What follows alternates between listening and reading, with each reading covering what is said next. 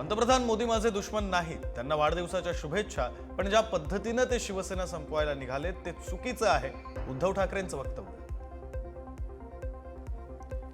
पंतप्रधान मोदींचा वाढदिवस देशासाठी काळा दिवस, खासदार प्रणिती शिंदेंची पंतप्रधान मोदींवर जोरदार टीका. मोदीजींचा वाढदिवस काळा नाही तर सुवर्ण दिन, राहुल गांधी आणि काँग्रेसची कारकीर्द काळवंडलेली प्रणिती शिंदेंना नवनाथ बन यांचं प्रत्युत्तर. मागच्या वेळी बीएमसीवर भाजपचा पहिला महापौर बसणार होता, मात्र शिवसेनेनं विनंती करून महापौर पद मागितलं, मित्रासाठी बलिदान दिलं. मात्र 2019 नंतर माझ्यासोबत धोका झाला, मुख्यमंत्री फडणवीसांची उद्धव ठाकरेंवर टीका. काहीही झालं तरी यंदा मुंबईवर महायुतीचा भगवा फडकवल्याशिवाय राहणार नाही, महापौर बसवल्याशिवाय महायुतीचा कार्यकर्ता घरी जाणार नाही, पालिका निवडणुका जिंकण्यासाठी फडणवीसांचा निर्धार. साध्या बेस्ट निवडणुकीत काहींनी ब्रँड दाखवण्याचा प्रयत्न केला, पण आम्ही त्यांचा बँड वाजवला. शिवसेना प्रमुख बाळासाहेब ठाकरे हा ब्रँड होता, तुम्ही ब्रँड नाही, मुख्यमंत्री फडणवीसांची ठाकरे बंधूंवर टीका. माणिकराव कोकाटेंकडून रोहित पवारांना मानहानीची नोटीस, आजपासून नाशिक जिल्हा सत्र न्यायालयामध्ये सुनावणी. विधानसभेमध्ये रमी खेळल्याच्या आरोपावरून रोहित पवारांना कोकाटे यांनी बजावली होती नोटीस. ठाकरेंच्या शिवसेनेचे अनेक नगरसेवक शिंदेंच्या शिवसेनेच्या वाटेवर.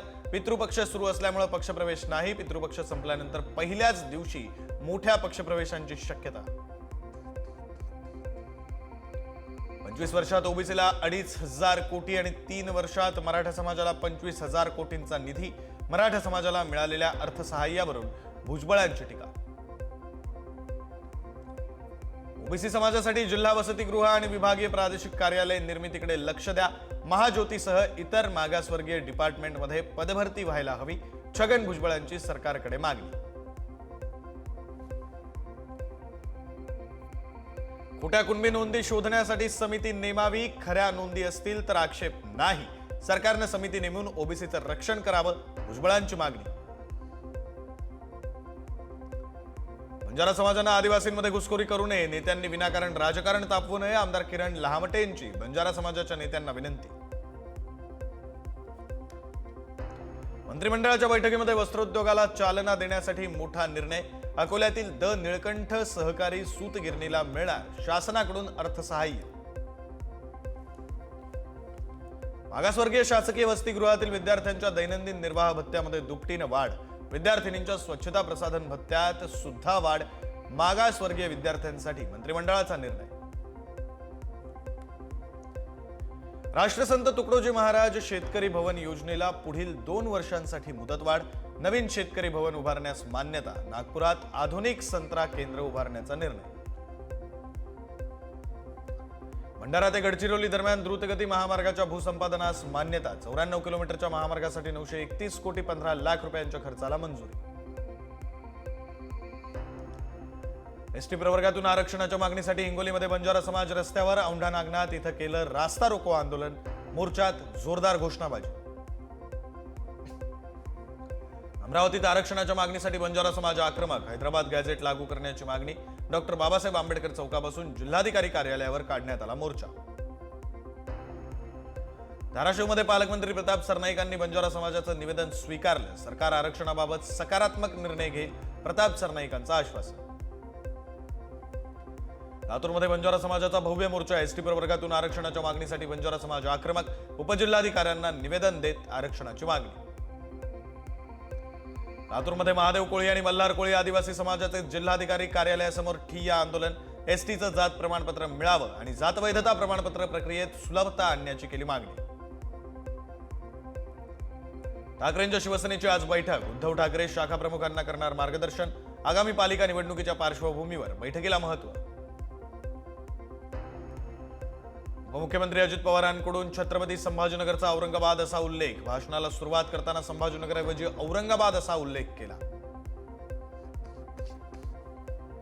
अमरावतीत माजी आमदार ज्ञानेश्वर धाने पाटील यांच्या वाढदिवसाच्या बॅनरवरून शिवसेनेच्या उपनेत्या प्रीती बंड यांचा फोटो गायब.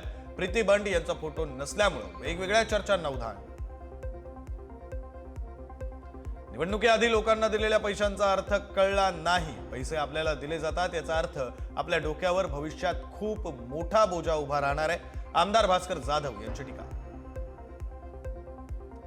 नाशिकच्या उमराणे येथील रामेश्वर बाजार समिती बाहेर कांदा उत्पादक शेतकऱ्यांनी केलं रास्ता रोको आंदोलन. कांद्याचे दर घसरल्यामुळे शेतकऱ्यांमध्ये तीव्र नाराजी. कांद्याच्या दरात घसरण झाल्यामुळे धुळ्यात शेतकरी आक्रमक. दरात घसरण झाल्यामुळे शेतकरी हवालदिल. गळ्यात कांद्याचे हार घालून शेतकऱ्यांकडून घोषणाबाजी. नंदुरबारच्या शहादामध्ये रहाट्यावाड धरणाचं काम होत रखडल्यामुळे शेतकरी आक्रमक. येणाऱ्या निवडणुकीत मतदान न करण्याचा शेतकऱ्यांचा पवित्रा. मनसेनं केलं मुंबई महानगरपालिकेच्या पी उत्तर विभाग कार्यालयातील अग्निसुरक्षेसाठी आंदोलन. यंत्रणा अद्ययावत करण्याची मनसेची मागणी. अंबरनाथ तहसील कार्यालयासमोर दिव्यांगांचा ठिय्या आंदोलन. लिफ्ट आणि इतर सुविधांसाठी तहसीलदारांना दिलं निवेदन.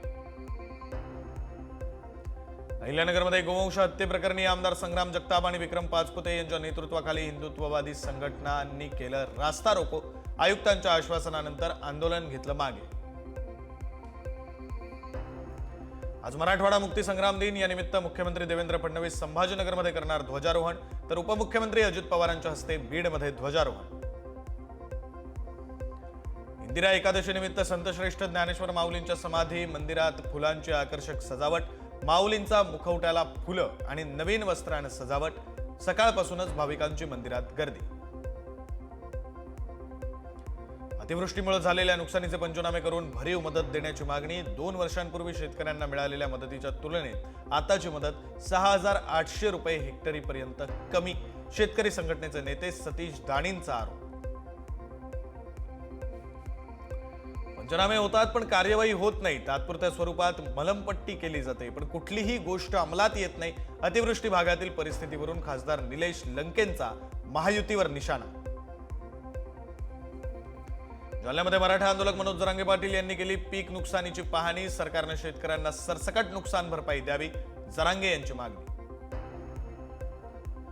नाशिकमध्ये भाजीपाल्यांचे भाव गगनाला भिडले. बाजारात गवारला प्रति किलो 200 रुपये इतका भाव. शेवग्यानं 100 गाठली. पितृपक्ष आणि अतिवृष्टीमुळे शेतकऱ्यांचं नुकसान. 30 सप्टेंबरला अंडरग्राऊंड मेट्रो पूर्णतः सुरू होणार. पंतप्रधान नरेंद्र मोदी यांच्या हस्ते शुभारंभ होणार. मुख्यमंत्री देवेंद्र फडणवीसांची घोषणा. मुंबईचे मोनोरेल काही काळासाठी बंद राहणार. मोनोरेलमधील सातत्याच्या तांत्रिक बिघाड सुधारण्यासाठी निर्णय. संभाजीनगरमध्ये अजित पवारांचं भाषण संपताच कार्यकर्त्यांची जेवणासाठी धावपळ. जेवणासाठी कार्यकर्त्यांची धक्काबुक्की. एकाच वेळी अनेक कार्यकर्ते जमल्यानं गोंधळ.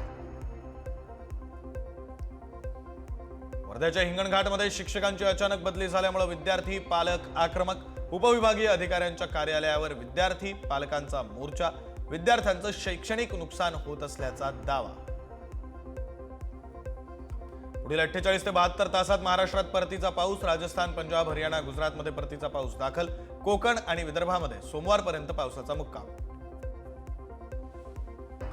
जालन्याच्या घनसावंगी तालुक्यातील वनकुटा पाझर तलाव फुटला. परिसरातील शेती गेली पाण्याखाली. शेतकरी चिंतेत. वाशिमच्या शेलू बाजारमध्ये दुकानात शिरलं पावसाचं पाणी. व्यापाऱ्यांना करावा लागतोय मोठ्या अडचणींचा सामना. दर पावसाळ्यात दुकानात पाणी शिरत असल्याची दुकानदारांची तक्रार. पाचोऱ्याच्या शिंदाड गावामध्ये नदीकाठावरील घरांमध्ये शिरलं पुराचं पाणी. संसार उपयोगी वस्तूंचं नुकसान. गोरगरिबांचा संसार उघड्यावर. मनमाडमध्ये सलग 3ऱ्या दिवशी परतीच्या पावसाची दमदार हजेरी. पावसामुळे बाजारपेठेत आलेल्या नागरिकांची उडाली तारांबळ. लातूरमधील गुऱ्हाळ येथील पूल पाण्याखाली. पुलावरून पाणी जात आल्यानं या मार्गावरील वाहतूक पूर्णपणे ठप्प. अनेक गावांचा संपर्क तुटला. नांदेडमध्ये दमदार पावसाची हजेरी. सर्वच नद्या दुथडी भरून प्रवाहित. प्रशासनाकडून सतर्कतेचा इशारा. जिल्ह्यातील अनेक भागांमध्ये जनजीवन विस्कळीत. जालना शहरामध्ये मुसळधार पावसामुळे घराची पडझड. दुर्घटनेत महिलेचा मृत्यू. पावसाचं पाणी साचल्यानं घरांची पडझड. वाशिम जिल्ह्यामध्ये झालेल्या जोरदार पावसानं पुराच्या पाण्यात बैल वाहून गेल्याची घटना. काही अंतरावर वाहून गेल्यानंतर पुरातून सुखरूप पडले बाहेर. शेतकऱ्यानं सोडला सुटकेचा निश्वास. जळगाव जिल्ह्यामध्ये मुसळधार पावसामुळे वाघूर नदीला पूर. चिंचखेडा पुलावरून पुराचं पाणी वाहत असल्यानं नेरी जामनेर रस्ता वाहतुकीसाठी बंद. जालन्याच्या देवपिंपळ गावामध्ये 60 वर्षीय वृद्ध महिला नाल्याच्या पाण्यात गेली वाहून. मुसळधार पावसामुळे नाल्याला आला होता पूर. नंदुरबार जिल्ह्यातील सातपुड्याचा रानमेवा म्हणून ओळख असलेला सीताफळ बाजारपेठेत दाखल. मागील वर्षाच्या तुलनेत यावर्षी महिन्याभरापूर्वीच सीताफळांचा हंगाम सुरू. ऑस्ट्रेलियाचे खासदार महाराष्ट्र दौऱ्यावर. मुंबईत मंत्रालयात त्यांनी घेतली उपमुख्यमंत्री एकनाथ शिंदेंची भेट. भेटीदरम्यान खासदारांनी मुंबईच्या वडापावचा घेतला आस्वाद. राज्याचे महाधिवक्ता बिरेंद्र सराफ यांचा वैयक्तिक कारणामुळे राजीनामा. तरीही सरकारच्या विनंतीमुळे जानेवारीपर्यंत काम पाहण्यास होकार. देवस्थान इनाम जमीन कसणाऱ्या शेतकऱ्यांच्या विविध मागण्यांसाठी शाहूवाडी तहसीलदार कार्यालयावर देवस्थान जमीनधारकांचा मोर्चा. मागण्या मान्य न झाल्यास धरणे आंदोलनाचा दिला इशारा. चाकण भागात वाहतूक कोंडी कमी करण्यासाठी पीएमआरडी आणि इतर सरकारी यंत्रणांची मिळून अतिक्रमण हटाव मोहीम. पुढील काही दिवस सुरू राहणार मोहीम. पालघर नगर परिषद हद्दीतील रस्त्यांच्या दयनीय अवस्थेमुळे स्थानिक आक्रमक आम्ही कर भरतो, तुम्ही रस्ते कधी करणार असे फलक हातात घेऊन नागरिकांचं आंदोलन. इंदापूरच्या मुख्य बाजारपेठेतून नवरात्र उत्सवाच्या पार्श्वभूमीवर पोलिसांचा रूट मार्च. रूट मार्चमध्ये पोलिसांचा मोठा सहभाग. कोल्हापुरातील शाहूवाडीमध्ये रानडुकराची स्फोटकाच्या सहाय्याने शिकार. तिघांना 4 दिवसांची वनकोठडी. आरोपींकडून 12 स्फोटक गोळे जप्त.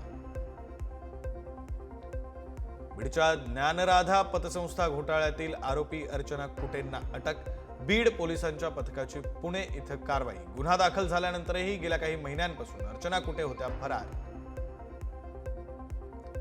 साताऱ्यातील खंडाळ्यात पूर्व वैमनस्यातून एकावर गोळीबार. हल्लेखोरांनी गोळीबार करत दुचाकीवरून केलं पलायन. घटना सीसीटीव्हीमध्ये कैद.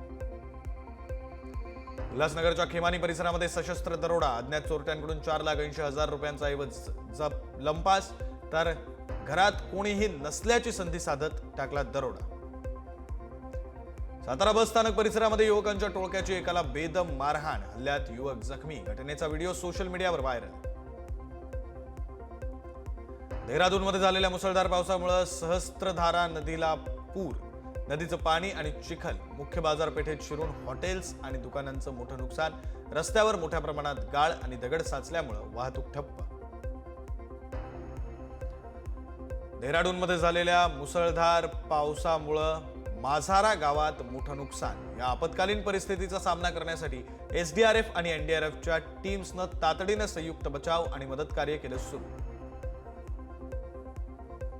यावर्षीच्या रब्बी हंगामासाठी अन्नधान्य उत्पादनाचं लक्ष्य 341.55 दशलक्ष टन करण्यात आलंय निश्चित. केंद्रीय कृषी मंत्रालयाने आयोजित केलेल्या रब्बी हंगामाच्या राष्ट्रीय परिषदेत देण्यात आली माहिती. बीसीसीआयने अपोलो टायर्सला भारतीय क्रिकेट संघाचा नवीन जर्सी प्रायोजक म्हणून केलं घोषित. हा करार पुढील 2.5 वर्षांसाठी म्हणजेच मार्च 2028 पर्यंत असणार. इस्रायलच्या युद्ध विमानांचं गाझा शहरावर जोरदार बॉम्ब हल्ले. सर्वाधिक लोकसंख्येचं शहर या हल्ल्यांमुळे हादरलं. या हल्ल्यात लहान मुलांसह 12 जणांचा मृत्यू झाला असून अनेक जण जखमी. युक्रेनवर रशियाचे हवाई हल्ले सुरूच. युक्रेनच्या हवाई दलानं 84 ड्रोन आणि 3 बॅलिस्टिक क्षेपणास्त्रांपैकी 59 ड्रोन हवेतच नष्ट केल्याची माहिती. याआधी रविवारी रात्री डोनेत्स्कमध्ये क्रामातोर्स्क शहरावर 3 ग्लाइड बॉम्ब टाकण्यात आले, ज्यात 15 जण जखमी.